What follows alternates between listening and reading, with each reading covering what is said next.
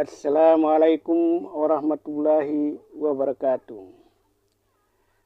Di dunia ini ada sebagian manusia yang mencoba menuntut ilmu, mencari ilmu, yang dengan ilmu itu dia ingin membuktikan kepada halayak banyak bahwa dia bisa berbuat apa saja dan dia memiliki kemampuan mendatangkan kekuatan dalam bentuk sihir ataupun keajaiban, bahkan dikategorikan sebagai karamah.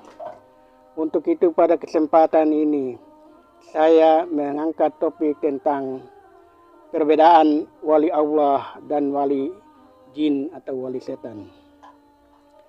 Sebagaimana yang telah dijelaskan pada topik-topik yang lalu, ketika kita diciptakan oleh Allah Subhanahu wa Ta'ala, lalu Dia menitipkan sifat-sifat dari makhluk jin, iblis atau setan, dan juga sifat-sifat dari malaikat itu ke dalam diri kita. Olehnya itu, Dia harus tunduk dan taat kepada kita. Lalu ada orang yang punya kemampuan memerintahkan, mengajak dari golongan jin atau iblis itu untuk membuktikan kehebatannya di muka bumi ini.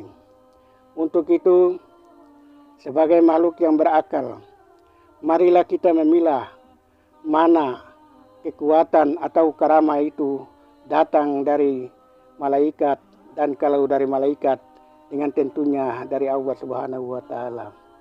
Dan kekuatan itu, kelebihan itu datang dari golongan jin atau iblis. Dalam kenyataan hari-hari di dunia ini, ada orang-orang yang mempraktikkan kelebihan-kelebihan itu dalam bentuk orang-orang pintar atau para dukun, atau orang yang melakukan sihir, dan juga dalam bentuk sulap atau hipnotis. Nah, dari perbuatan-perbuatan, penampakan-penampakan yang dilakukan oleh orang-orang itu dalam bentuk keanehan, dengan tentunya membuat pertanyaan bagi kita, apakah kekuatan ini datang dari Allah atau malaikat, ataukah datang dari golongan makhluk lain. Memang malaikat dan golongan iblis atau jin hampir memiliki kelebihan yang serupa, yang setara. Mereka bisa mampu berbuat apa saja atas kehendak daripada manusia, karena memang makhluk itu dia berada di dalam diri kita ini, dan manusia mempunyai kemampuan memerintahkan kepada mereka untuk melakukan apa saja sesuai yang dikehendaki oleh manusia. Dan dengan tentunya ada perbedaan, yang mana kekuatan dari malaikat tentunya dilihat daripada sifat-sifatnya, yaitu rendah diri, rendah hati, legowo, dan selalu tidak menyombongkan diri. Tapi kalau dari jenis makhluk jin atau iblis, dengan tentunya dia ingin dipuja, ingin membanggakan diri, menyombongkan diri, dan bisa membuktikan kelebihan-kelebihan yang dimilikinya itu, walaupun dia tidak menyadari kelebihan yang datang lewat kekuatan itu dari Allah, malaikat, ataupun dari jin atau iblis itu. Dan golongan-golongan manusia yang memiliki kelebihan itu bisa membuktikan kepada kita bahwa dalam waktu sekejap atau dalam waktu yang singkat bisa melakukan apa saja dengan bantuan-bantuan. Bantuan-bantuan itu berasal dari kedua makhluk itu. Tapi kalau yang ingin menyombongkan diri, ingin membuktikan dalam keadaan normal, keadaan tidak terjadi apa-apa, keadaan negeri ini aman, keadaan wilayah kita ini aman, tidak ada peperangan, tidak ada sesuatu yang dapat mencekam bagi diri dan lingkungan kita ini. Itu tentunya dia ingin membuktikan, dan yang datang itu adalah sifat kesombongan. Lalu sifat kesombongan itu berasal dari mana? Dengan tentunya berasal dari makhluk jin, iblis, dan setan itu. Lalu bagaimana kita membedakannya? Yang jelas, kalau dari segi kekuatan atau mukjizat, bahkan karamah yang datang dari malaikat dan Allah Subhanahu wa Ta'ala, tentunya kita pada posisi terjebak, dan tidak ada jalan keluar untuk kita menyelamatkan diri. Lalu dengan doa dan permohonan kita, maka kekuatan itu akan datang. Tapi kalau dari golongan jin dan iblis, dalam keadaan yang aman-aman seperti ini, dia bisa membuktikan kebesaran itu untuk dipuja, untuk menyombongkan diri.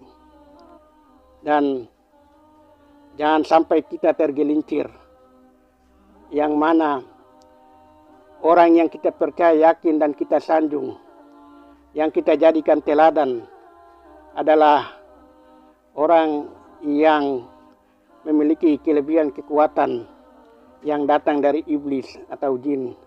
Tapi tanpa disadari, kita tidak dapat mengetahui, dan pada akhirnya kita menganggap bahwa itu kekuatan datang dari Allah Subhanahu wa Ta'ala. Untuk itu perlu diteliti, dicermati, dicari tahu dulu kekuatan dari ilmu apa yang dia pakai, dan berasal dari golongan mana yang dia percaya dan yakini.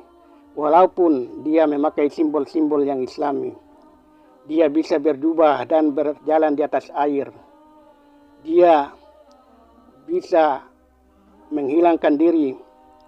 Tapi jangan dulu kita yakin dan percaya, karena kekuatan dan kelebihan itu dimiliki oleh golongan jin dan iblis. Dia bisa merubah dirinya, dia bisa menjelma menjadi orang-orang yang kita yakin dan percaya kepada mereka, walaupun mereka sudah tiada. Dan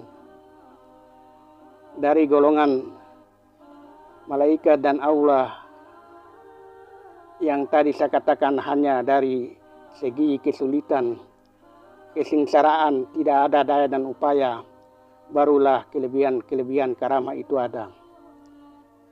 Dan menyangkut dengan sihir, bukan hanya hari ini saja yang orang bisa melakukan. Dalam sejarahnya, di masa Nabi Musa pun terjadi perlombaan pembuktian kekuatan dari penyihir-penyihir itu, membuktikan ular-ular yang mereka sihir dari dari benda seperti tongkat, batang dan sebagainya menjadi ular. Lalu hasilnya itu dia adu mana yang lebih hebat, mana lebih kuat, tapi semuanya itu dapat ditandingi oleh kelebihan mukjizat karamahnya Nabi Musa alaihissalam. Itulah perbedaan-perbedaan karamah wali Allah dan wali jin. Jangan sampai kita tergelincir kepada golongan wali jin, tapi kita menganggap itu datang dari wali Allah subhanahu wa ta'ala. Dan ingat, golongan wali Allah adalah golongan orang-orang yang kesalehan, takwa, dan selalu taat dan tunduk kepada Allah subhanahu wa ta'ala, bukan ketundukannya terhadap makhluk lain seperti jin dan iblis. Hal itu juga terjadi pada dukun-dukun pengobatan, yang mana mereka bisa mendapatkan kekuatan dari golongan makhluk itu untuk mendapatkan kesembuhan dan lain-lain. Sekian, wassalamualaikum warahmatullahi ta'ala wabarakatuh.